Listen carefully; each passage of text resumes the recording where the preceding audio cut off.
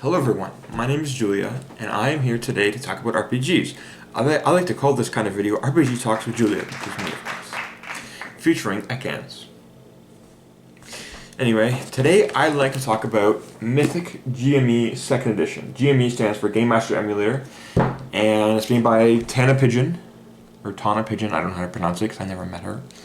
But anyway, it's a Game Master emulator, so you can play any of your RPGs you want without the need for a Game Master.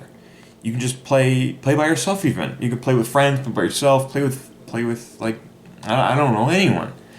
Anyway, so the way it works is you roll dice and then you check tables, and the tables tell you what everything means and what is happening.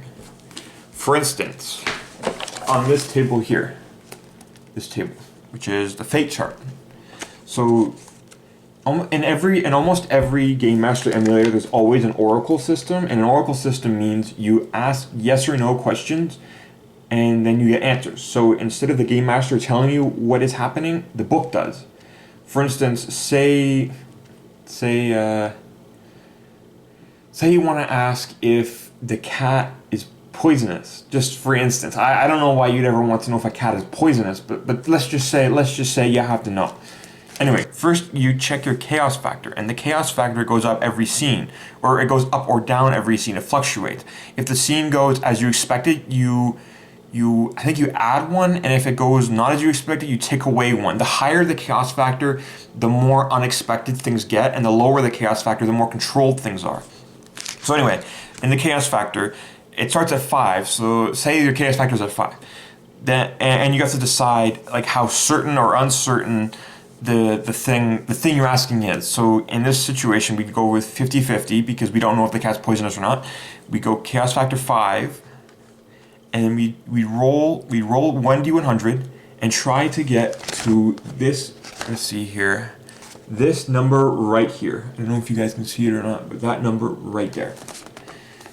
Anything above the number on the right is an exceptional no. Anything between the middle number and the number on the right is a no.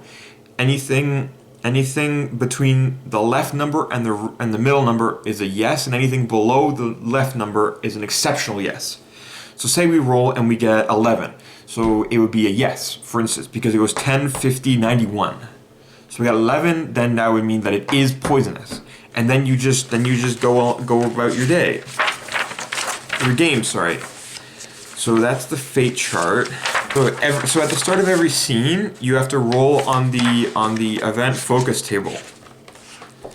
So you roll 1d100, and then you consult this, because at the beginning of every scene, you don't have to, but you can roll for a random event to figure out what the scene is going to be about.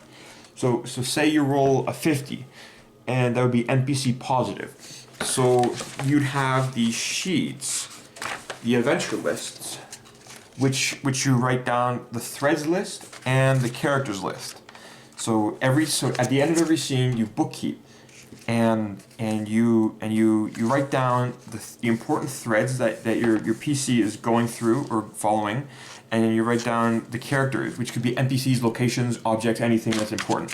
So if it's PC or NPC positive, that means that you roll on, well, determining which one this is, or which, because the columns determine which dice you roll, and then you roll 1d10 inside the column.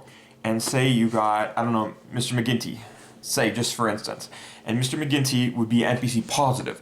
So then that could mean that Mr. McGinty did, let's just say Mr. McGinty came into a large sum of gold, for instance. Then your PC would have to investigate that or something, or I don't know. It's really up to you. Like it's all up to your imagination, because like the book doesn't do everything for you. Some of it has to do with yourself. And of course, there's the meanings table. The meanings table are very helpful when it comes to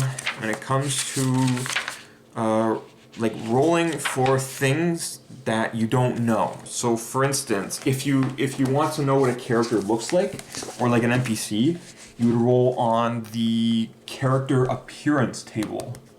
and you roll twice. Excuse me, you roll 2d100. So say I got 24 in a 77. That would be a dirty and a scar. So I would take that and I would think, what kind of character would be dirty and has a scar? Well, say a ring fighter maybe, or I don't know, like a miner maybe who got a scar in like a freak a cave-in accident. I don't know. It could be anything. And then of course you have the chaos factor. Whenever you start a scene, you have to roll to see what exactly is going to happen. So it's this table here. So an expected scene.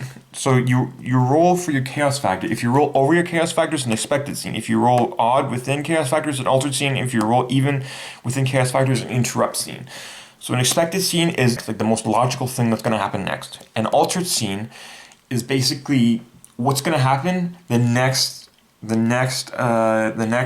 most logical choice that could happen.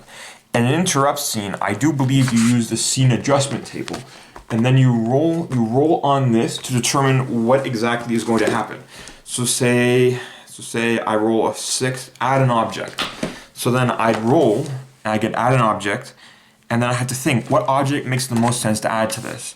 Is it like a mystical dagger or something that can rewind time once it stabs someone? I don't know, Prince of Persia style. I have no idea. Well, anyway, it's up to you. Yeah, so that's that. Well, I think I've gone over everything. You can print these out. Like, you can find them on Wordmill Games. Wordmill Games. It's on wordmillgames.com. Or yeah, wordmillgames.com. So if you go there, you just look for Mythic GME 2nd edition, and you can find all the printables there. But you do need the Game Master emulator to actually play it, or to play a campaign or a session or whatever, because it tells you a lot more than what I've told you today. So you're gonna need a lot more than just that. But yeah, Mythic is one of my favorite things to use RPGs with, because I don't always have friends I can play with, or my friends don't want to play, or my friends don't know each other, so they're not comfortable playing with each other. You know, and I don't really want to look on Reddit for people to play with. You know, I have before, but it's such a tricky endeavor. You know, because maybe you don't mesh well. But thankfully, I have gotten good luck recently with Reddit. But I don't recommend going on Reddit looking for anything, because there are some really strange people on there, and you got to be careful. Anyway, this is Julia signing off. Goodbye.